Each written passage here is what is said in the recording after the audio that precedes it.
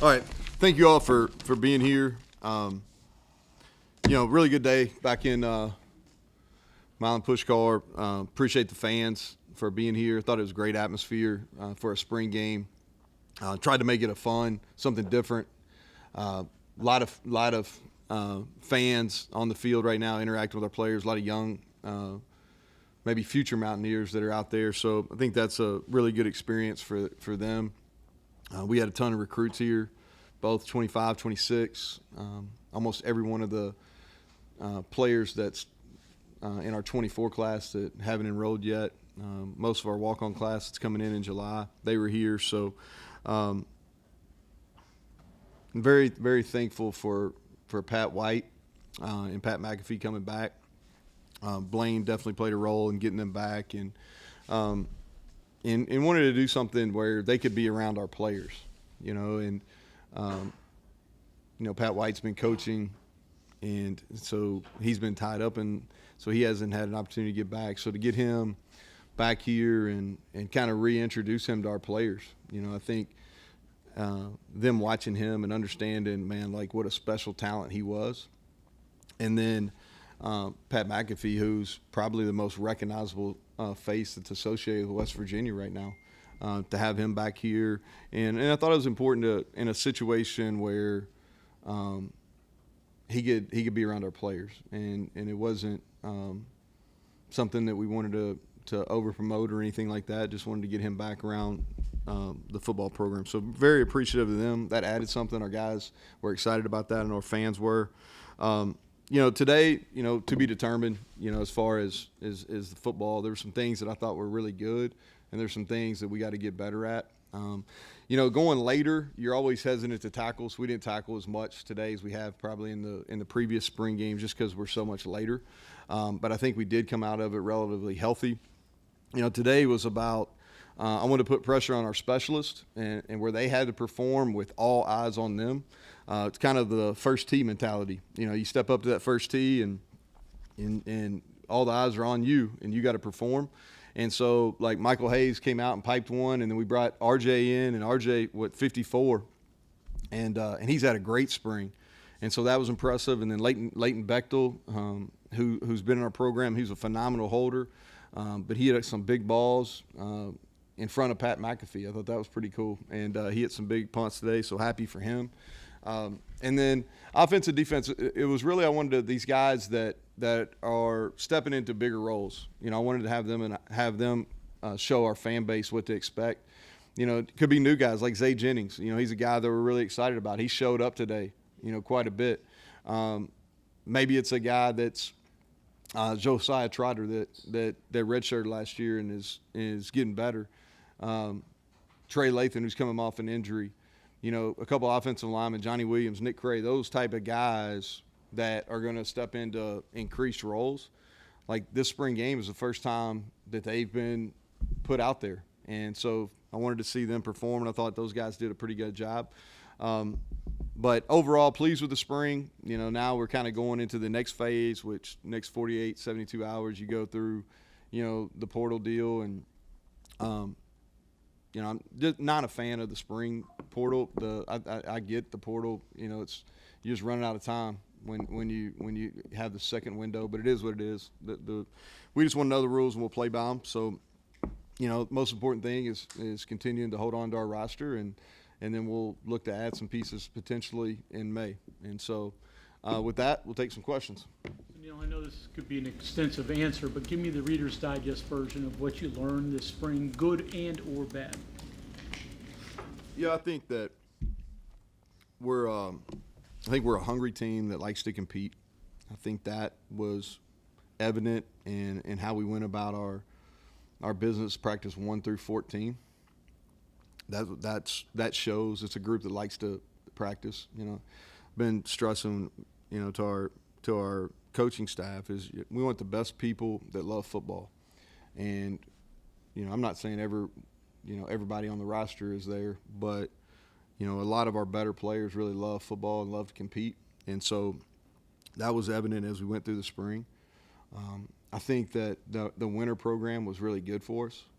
I thought that we did a couple different things I thought that we were stronger, especially on both line of scrimmages, which is something we wanted to. I think our mids, our skills, we got to continue to work, over the summer. But I was pleased with that. I think we continue to be a team that's physical. We've worked tackling a bunch. We're better. I think we're going to be better on our coverage units on special teams. That was a point of emphasis. I think we've developed some depth on the offensive and defensive line. We've got more guys we feel good about. There's great competition in our linebacker room. Our receivers are making the step that we thought they would year one to year two. We need CJ to get healthy in the running back room. Jaheim, will continue. Today wasn't a deal where he really shines, but I think he's got a chance to be an elite player. And he's had a nice spring. At defensive back, we're still a work in progress. There's the new guys. Jaheim Joseph missed today, but he'll be back. He missed the last week or so, but nothing serious. He'll be back. Garnett's going to help us. And I think some of those freshmen, we have some guys back there that have played some snaps at safety, and those guys, we continue to move them around, and they have position flex. But there's some new faces back there that are going to make an impact. I think we're in good shape with our specialists. I talked about Brinkman, I talked about Bechtel Holding. Both. I think we have two quality field goal kickers, and they both showed that today. And then our punting's in good shape. So that's kind of a quick recap. Without I'd probably have a better answer for you, at the end of next week after going back and really watching it all. But just as a quick kind of update. You mentioned Nico, one of the best improved players. Outside of 2 throws, maybe he had a really nice day. He did, and he'd like to have that one throw right before halfback. Those are great teaching moments. 6 seconds. It's hard to replicate that in practice, and so I'm glad we got it on tape because we can coach off of it. The deal is you got 6 seconds, and so you want to make sure you got to throw it in the end zone, or you got to kill the clock and give yourself a chance to get 3 points. The only thing you can't do there is turn it over, and he didn't see him. So that's a teachable moment. It'll help make all those quarterbacks better because that's something we can talk about as we're teaching situational football moving through the summer. But he's very very much improved. One of our most improved players on our entire team. Yards. Pick today. He's had picks in practices. Shows up, man. It's one of those new guys in the secondary. He loves to play. Very competitive. He can run. Can play multiple positions. He's flashed all spring. You talked about Pat McAfee earlier. How does having a guy who's so prevalent in the media world and so popular help with recruiting, just having him around? Well, I think that, from a recruiting standpoint, we really hadn't thought about it a whole bunch. It was more to me about, you can, whatever your dreams are, whatever you want to pursue, whether it's in the game of football or outside, those dreams can be realized right here at West Virginia. Right here in Morgantown. And that's the thing, like sitting in Frazier's uncle's house last night with that family and sitting across and Dante Steele's being there and goes and has a great rookie season. And then Zach's the 51st pick in the draft. And then you've got Pat McAfee who's coming in, who's got maybe the most popular show in the entire country right now. And it's just, to me, all right, I'm going to go down and visit with some people at the Cancer Gala tonight at the Greenbrier, kind of some who's who of West Virginia people. And the thing that I try to tell our players is any dream you have or anything that you want to achieve in life, you can achieve those things going right here through West Virginia University. How would you evaluate Garrett? Last year at the spring game kind of was a separator for him. Where is he now? Because we did start spring with a lot of things that he needed to work on despite all the hype he was getting in the offseason. Yeah. The start of the spring was tough for him because he lost his grandfather, and so that was an emotional time. And I thought he really, on Tuesday of this week, had a really sharp practice. Thursday we did like a red zone period, and he was really sharp. Today he was okay. He wasn't great. He wasn't bad. He missed one hitch. The play that's going to upset him is the one where he could have made the play on the pass where he I couldn't tell. Those are hard catches. I will say this. Those are hard catches because the ball was kind of right over his head. But that's the one that he's going to lose sleep over, is not catching that touchdown pass. You mentioned kind of reintroducing Pat White. Are current players like too young now to really Getting know there. I about don't want to him? age him, but it's getting there. But like when you show them the highlights, they're like, oh, okay, you know what I mean? Like, and because, you know, he just, you know, watching some of the stuff, just kind of refresh our guys, like what a special talent, you know, what he did, and it's pretty. I had Rashid introduced him in front of the team today. And it was about a 5-minute introduction because he went through all those accolades. It was pretty cool. Element communication, Neal. Are they pleased with that they're going to put You that know, in? yeah, we've been messing with it all spring. Today we were really vanilla with it, but it is, you know, we used it in the bowl game. We've used it for the last 2 springs, so it's not necessarily new to us. We're using a different company now, but you know, I think it's going to help the game. It's going to help defenses as well. Like, people are kind of underestimating that, but it's really going to help defense. I was going to ask defensively, do you know who's going to be wearing We put our Mike linebackers in it, but it's kind of to be determined. Use the same call sheet from the Penn State game last year?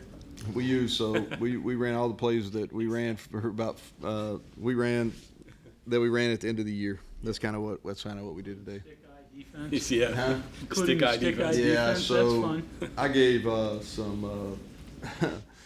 They had some freedom today, and so I don't really know what we were lining up there early on defense. But the guys had fun with it. But yeah, that's a new one for me too, Gary.